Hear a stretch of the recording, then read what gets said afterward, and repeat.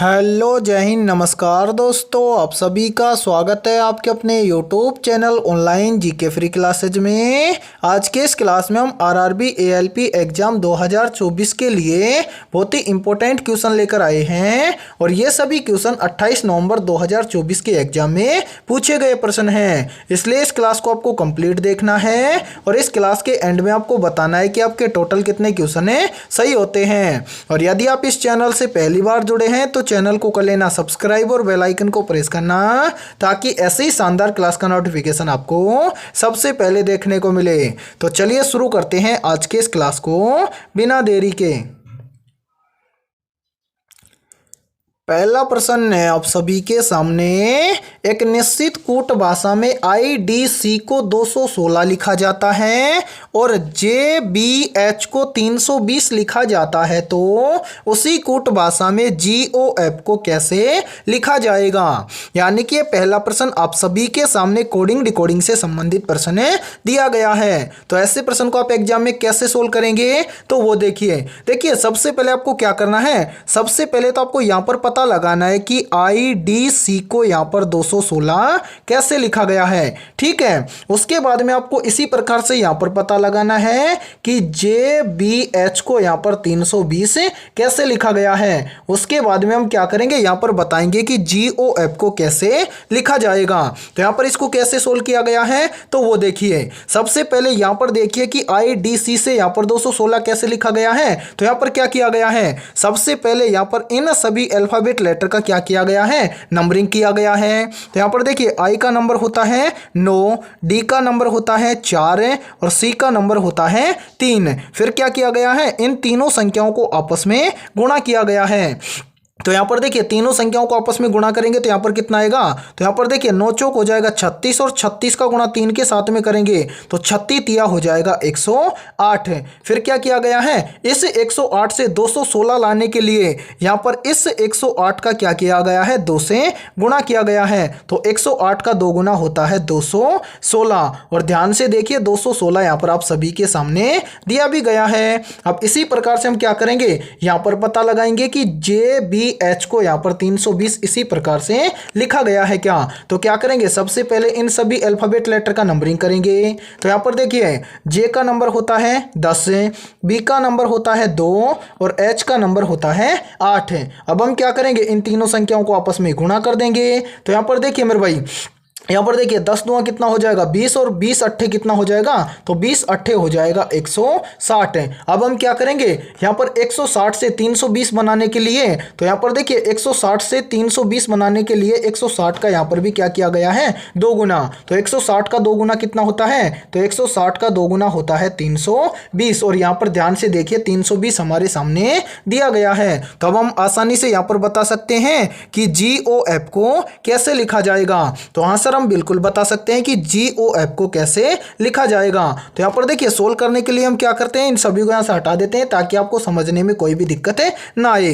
तो यहां पर हम क्या करेंगे मेरे भाई, यहां पर सबसे पहले हम क्या करेंगे, GOF इन सभी अल्फाबेट लेटर का क्या करेंगे, नंबरिंग करेंगे। तो देखिए G का नंबर होता है 7, फिर क्या है O का नंबर होता है 15, फिर क्या है F का नंबर होता है 6। अब हम क्या करेंगे, इन तीनों संख्याओं को आपस में गुणा कर देंगे। तो यहां पर देखिए 15 सत्ते कितना हो जाएगा, तो 15 सत्ते हो जाएगा 105। तो यहां पर हम लिख देते हैं 105। उसके बाद में क्या है 6, तो यहां पर गुणा कर देंगे 6। ठीक है, तो 105 का गुणा 6 के साथ में करेंगे तो यहां पर आ जाएगा कितना, 630। अब सभी का 2 गुना किया गया था तो यहां पर हम 630 का भी क्या कर देंगे, 2 गुना कर देंगे। 630 का 2 गुना कितना होता है, तो 630 का 2 गुना होता है 1260। यानी कि GOF को लिखा जाएगा 1260। अब हमें देखना है कि किसी ऑप्शन में 1260 दिया गया है, तो आंसर 1260 हमें दिया गया है ऑप्शन ए के अंदर है। तो पहले प्रश्न के अंदर ऑप्शन ए हो जाएगा सभी का करेक्ट आंसर। तो उम्मीद करता हूं कि पहला प्रश्न आपको अच्छे से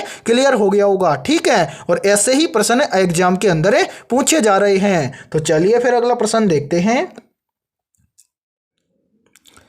दूसरा प्रश्न है आप सभी के सामने, नीचे दिए गए विकल्पों में से संबंधित संख्या को चुनिए। यानी कि दूसरा प्रश्न आप सभी के सामने नंबर एनालॉजी से संबंधित प्रश्न दिया गया है और आपसे पूछा गया है कि 2 का संबंध है 64 के साथ में, तो 3 का संबंध किस संख्या के साथ में होगा। और ये प्रश्न आरआरबी एएलपी एग्जाम 2024 के अंदर पूछा गया प्रश्न है। तो ऐसे प्रश्न को आप एग्जाम में कैसे सोल्व करेंगे, तो वो देखिए मैंने काफी बार बताया कि नंबर एनालॉजी के प्रश्न को एग्जाम में कैसे सोल्व करेंगे। तो यहाँ पर देखिए सबसे पहले हमें क्या करना है, यहाँ पर पता लगाना है कि 2 से यहाँ पर 64 कैसे बना है। यानी कि जिस प्रकार से 2 से 64 बना है सेम उसी प्रकार से हम यहाँ पर बताएंगे कि 3 से इस प्रश्न चिन्ह के स्थान पर क्या बनेगा। तो प्रश्न चिन्ह की वैल्यू निकालने से पहले क्या करना है, पता लगाना है कि 2 से 64 बना कैसे है। तो यहाँ पर क्या किया गया है, 2 से 64 बनाने के लिए सबसे पहले इस 2 का क्या किया गया है, 2 से गुणा किया गया है। तो 2 का गुणा 2 से करेंगे तो यहाँ पर कितना आ जाएगा, 4 आ जाएगा। और इस 4 का क्या किया गया है, यहाँ पर क्यूब किया गया है। तो 4 का क्यूब होता है कितना, 64, और 64 यहाँ पर आप सभी के सामने दिया गया है। अब हम क्या करेंगे, यही सेम लॉजिक लगाएंगे 3 के अंदर और इस प्रश्न चिन्ह की वैल्यू निकालेंगे। तो क्या करेंगे, सबसे पहले इसी प्रकार से यहाँ पर भी हम क्या करेंगे, 3 का गुणा करेंगे 2 के साथ में। तो 3 का गुणा 2 के साथ में करेंगे तो 3 2 कितना हो जाएगा, 6 हो जाएगा। और इस 6 का भी हम क्या कर देंगे, यहाँ पर क्यूब कर देंगे। 6 का क्यूब कितना होता है, तो 6 का क्यूब होता है 216। यानी कि इस प्रश्न चिन्ह के स्थान पर संख्या भरी जाएगी 216। अब हमें देखना है कि 216 किसी ऑप्शन में है, तो आंसर 216 में दिया गया है ऑप्शन बी के अंदर। तो दूसरे प्रश्न के अंदर ऑप्शन बी हो जाएगा सभी का करेक्ट आंसर। तो उम्मीद करता हूं कि दूसरा प्रश्न भी आपको अच्छे से क्लियर हो गया होगा और ऐसे प्रश्न को एग्जाम में इसी टाइप से सोल्व करना है। ठीक है, तो चलिए फिर अगला प्रश्न देखते हैं। तीसरा प्रश्न है आप सभी के सामने, यदि 23 गुणा 5 बराबर 27 है और 13 गुणा 8 बराबर 20 है तो 29 गुणा 6 बराबर है क्या होगा। तो ऐसे प्रश्न को आप एग्जाम में कैसे सोल्व करेंगे, तो वो देखिए सबसे पहले आपको क्या करना है, यहाँ पर ऐसे प्रश्न के अंदर यहाँ पर पता लगाना है कि 23 गुणा 5 बराबर 27 है कैसे लिखा गया है। फिर सेम इसी प्रकार से आपको यहाँ पर पता लगाना है कि 13 गुणा 8 बराबर 20 कैसे लिखा गया है। फिर उसी प्रकार से हम यहाँ पर बताएंगे कि 29 गुणा 6 बराबर है क्या लिखा जाएगा। तो इस प्रश्न को किस लॉजिक के आधार पर सोल्व किया गया है, तो वो देखिए सबसे पहले इन सभी को यहाँ से हटा देते हैं ताकि आपको समझने में कोई भी दिक्कत ना आए। तो यहाँ पर देखिए 23 गुणा 5 बराबर 27 कैसे होगा, तो यहाँ पर क्या किया गया है, यहाँ पर गुणा ना करके इस गुणा के स्थान पर क्या किया गया है, प्लस किया गया है।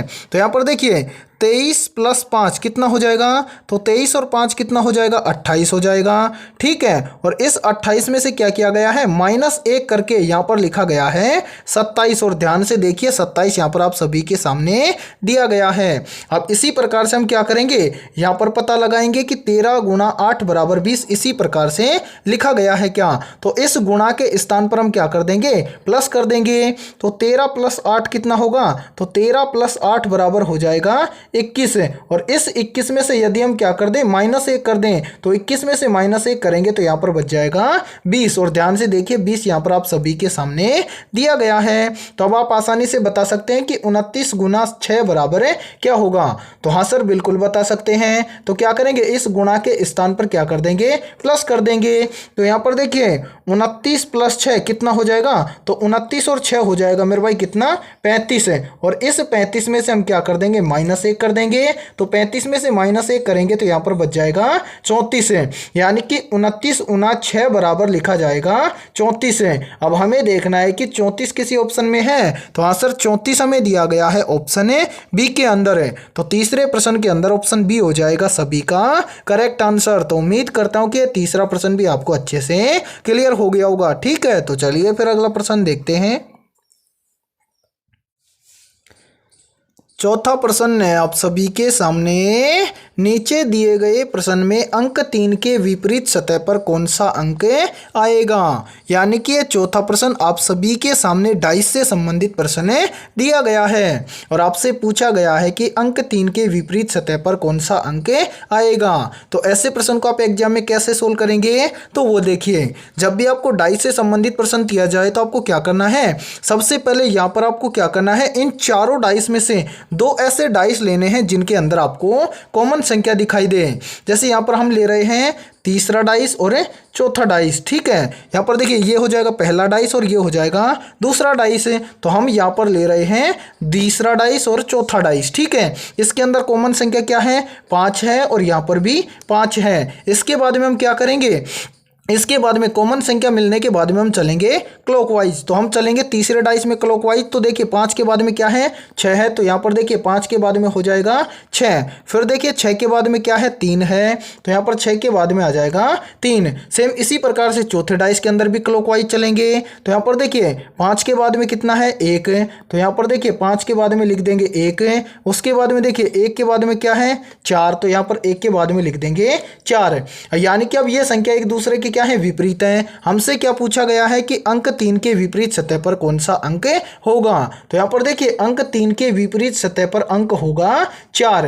अब हमें देखना है कि 4 किसी ऑप्शन में है, तो आंसर 4 हमें दिया गया है ऑप्शन डी के अंदर। तो चौथे प्रश्न के अंदर ऑप्शन डी हो जाएगा सभी का करेक्ट आंसर। तो उम्मीद करता हूं कि चौथा प्रश्न भी आपको अच्छे से क्लियर हो गया होगा। और यहां पर देखिए 90% स्टूडेंट यहां पर सोच रहे हैं कि सर हम यहां पर हैं तीसरे और चौथे डाइस को ही क्यों लिए हैं। यहाँ पर कॉमन संख्या तो हमें पहले डाइस के अंदर भी मिल रहा है और दूसरे डाइस के अंदर भी मिल रहा है, तो क्या इन दोनों से ये प्रश्न सोल्व नहीं होगा। तो मेरे भाई इन दोनों डाइस से भी ये प्रश्न सोल्व होने वाला है। यदि आपको नहीं विश्वास है तो यहाँ पर हम इसको सोल्व करके दिखाते हैं, ठीक है। तो यहाँ पर देखिए मेरे भाई यहाँ पर हमें क्या करना है, 4 डाइस हैं जिनमें से 2 ऐसे डाइस लेने हैं जिनके अंदर एक कॉमन संख्या हो। तो यहाँ पर देखिए ये है पहला डाइस, ये है दूसरा डाइस, ये है तीसरा डाइस और ये है चौथा डाइस। तो यहाँ पर हम क्या करेंगे, पहला डाइस और दूसरा डाइस ले लेंगे।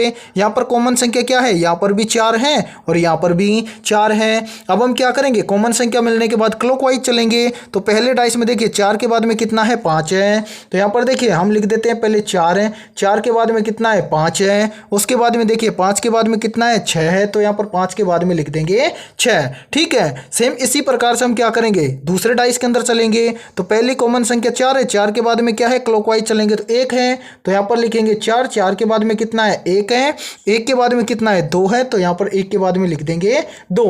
हमसे पूछा गया है कि अंक 3 के विपरीत सतह पर कौन सा अंक होगा।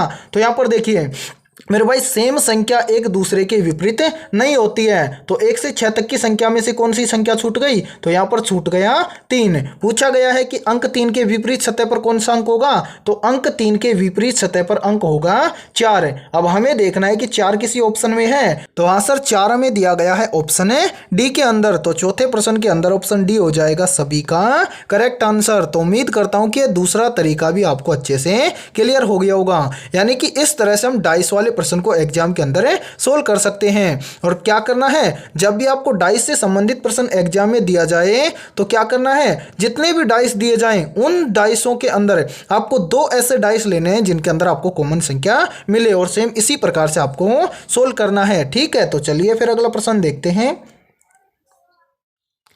5वां प्रश्न है आप सभी के सामने।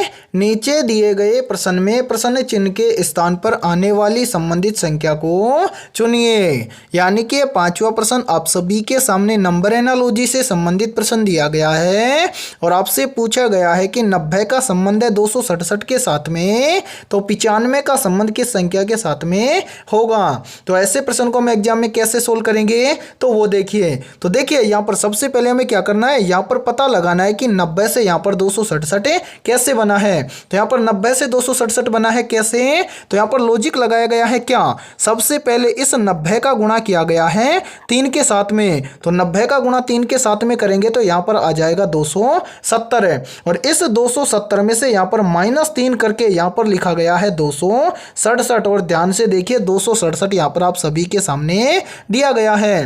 तो अब हम आसानी से बता सकते हैं कि 95 से इस प्रश्न चिन्ह के स्थान पर क्या आएगा। तो आंसर बिल्कुल बता सकते हैं। तो क्या करेंगे, सबसे पहले तो इस 95 का गुना तो करेंगे किसके साथ में, सॉरी मेरे भाई यहाँ पर 95 है, तो यहाँ पर देखिए 95 का गुना तो करेंगे 3 के साथ में। तो 95 का गुना 3 के साथ में करेंगे तो यहाँ पर कितना आ जाएगा, तो यहाँ पर आ जाएगा 285। और इस 285 में से क्या कर देंगे, -3 कर देंगे। तो 285 में से -3 करेंगे तो यहाँ पर बच जाएगा 282, ठीक है।